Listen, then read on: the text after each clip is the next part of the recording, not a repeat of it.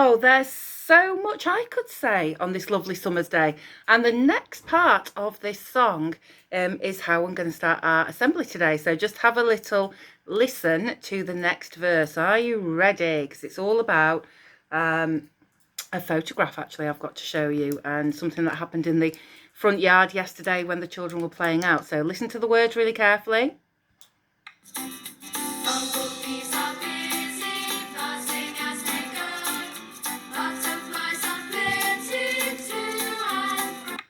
Bumblebees, oh, I'm just trying to read the words. Bumblebees are buzzing. No, they're not. Well, they are. Bumblebees are busy, buzzing as they go. Butterflies are flitting to and fro. So we'll start with the first part of that, which is bumblebees. And the first thing I want to do is to say thank you and also congratulations, because this is a brilliant photograph, to Fletch in year 5, and Fletch actually emailed a photograph that he'd taken. I'm not sure, Fletch, whether this was in your garden or when you were roundabout playing of, and it's so hard, I know this, it's really, really difficult to photograph nature, and you have had a triumph, Fletch. This is a fantastic photograph. I'm just going to show you it.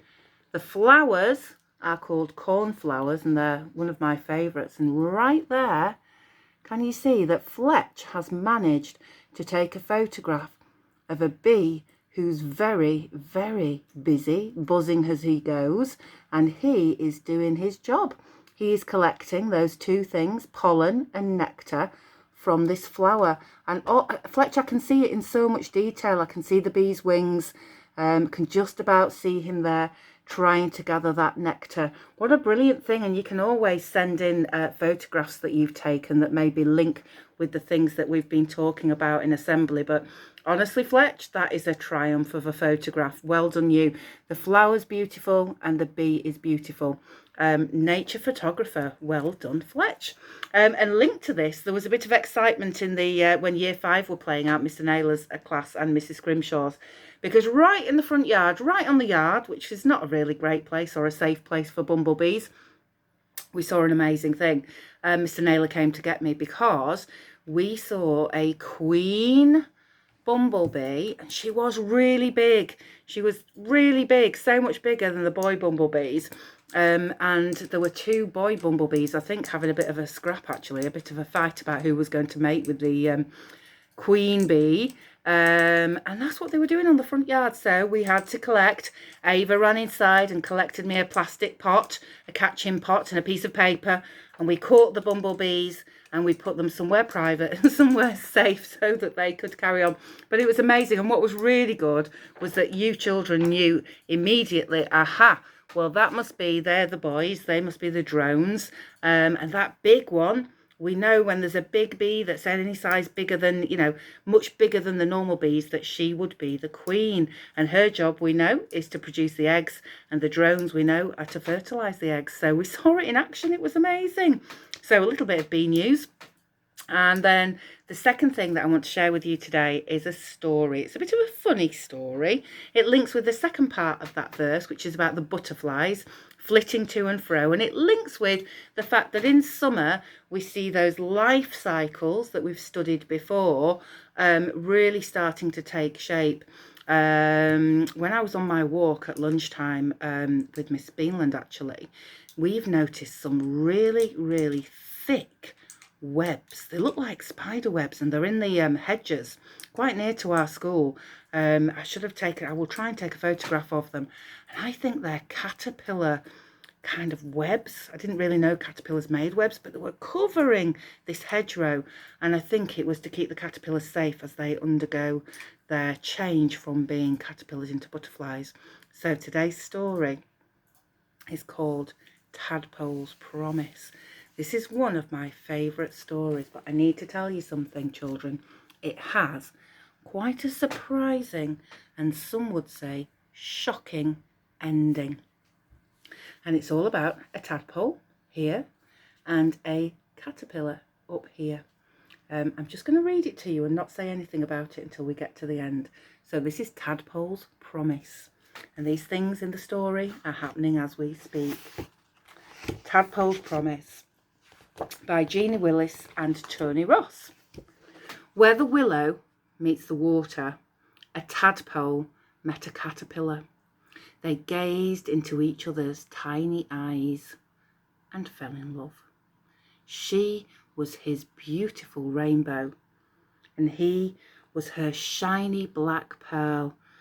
"Oh, I just love everything about you," said the tadpole.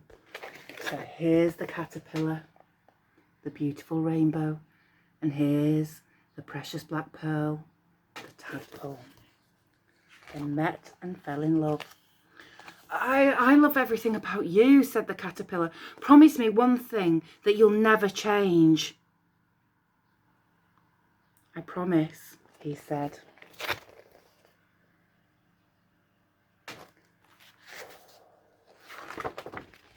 But as sure as the weather and the seasons change, the tadpole could not keep his promise, for the next time they met, he had grown 2 legs.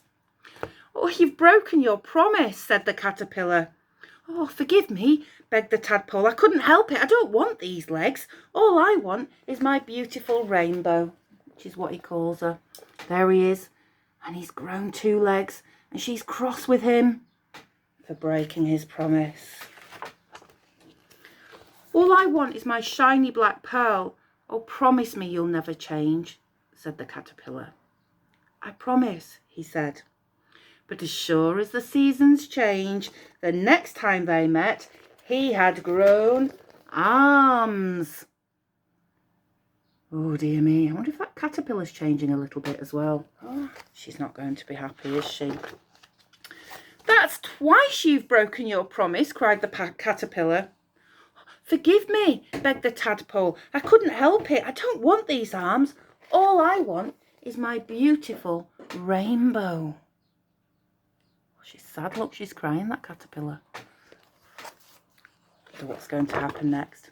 "And all I want is my shiny black pearl. I'll give you one last chance," said the caterpillar. But as surely as the world changes, the tadpole could not keep his promise. The next time they met, he had no tail. There's the caterpillar. I think the caterpillar's getting a little bit bigger. Oh, and there is our tadpole. And now he hasn't got a tail because he's starting to change into being a froglet.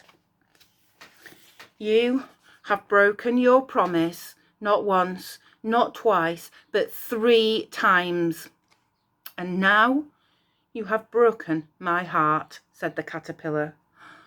But you are my beautiful rainbow," said the tadpole. Oh dear. Oh, I've got a feeling this story's not going to end well, you know. "Yes, but you are not my shiny black pearl anymore. Goodbye." She crawled up the willow branch and cried herself to sleep. Oh dear. Let's have a look at what's happening. There's the tadpole. And he's dreaming about his beautiful rainbow. But look. You all know what's happened here. It looks to me like the caterpillar has made a cocoon on the branch. One warm moonlit night in midsummer, she woke up. The sky had changed. The trees had changed. Everything had changed. Everything had changed. The caterpillar's changed into a butterfly. Except, of course, for her love for the tadpole. Even though he'd broken his promise, she decided that she would forgive him. She dried her wings and fluttered down to look for him. Where the willow meets the water, a frog was sitting on a lily pad. Can you guess what happens next? "Excuse me, have you seen my shiny black..."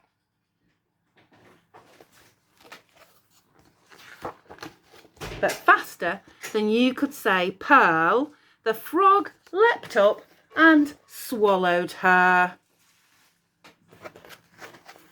In one great gulp. And there he waits, thinking fondly about his beautiful rainbow and wondering where she's gone. The end. Oh dear me, it's a funny story, isn't it? And it does go through that whole life cycle, doesn't it? But it makes me laugh. Always makes me laugh. Doesn't matter how many times I read it. Everything changes, doesn't it? Everything changes. And for these two, it was never going to work out. I don't think a tadpole can ever really be in love with a caterpillar. It would always end badly. But a little story to make you smile today. Tadpole's promise. Don't make promises that you can't keep, children. That's what I would say to you. Okay, have a really lovely day. Lunchtime was so much better yesterday. Everybody had enough time to eat their lunch and you were brilliant in the dining hall. So thank you very much for your help with that. Have another good day today and I will see you soon. Take care, everybody. Bye for now.